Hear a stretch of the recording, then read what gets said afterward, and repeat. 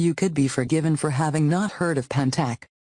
The company is best known for creating budget-level smartphones that fall at the bottom of search results when you're browsing your carrier's device selection. Next to big hitters like Samsung and LG, Pantech's Android phones can be easily overlooked.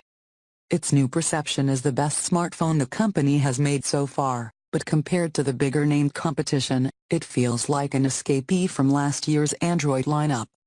The Perception screen is surprisingly decent, a 4.8-inch AMOLED display that packs 720p resolution, for an overall pixel density of 306 by. That may be low when measured against the flagships offered by other manufacturers, but it's still respectable for a phone you don't have to pay for when signing a 2-year contract.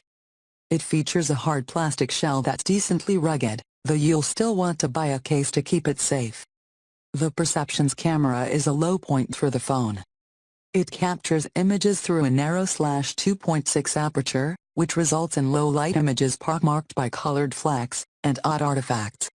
Its panorama mode does a poor job of stitching images together, and it lacks staples like burst shooting. That said, it does well in decent lighting conditions, and you can command it to snap a photo by simply saying cheese. By today's standards, the Perception's processor is slow.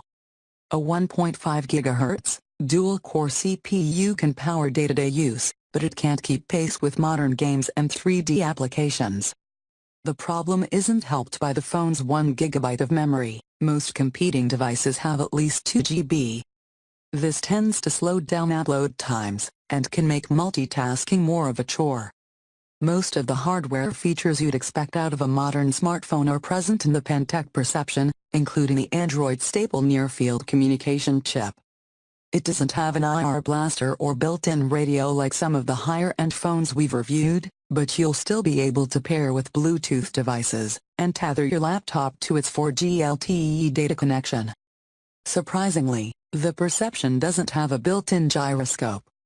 Most Android phones feature a compass, accelerometer and gyroscope to track exactly where the phone is, and how it's positioned. Without a gyroscope, the Perception won't be able to use some of the apps available on the Google Play Store.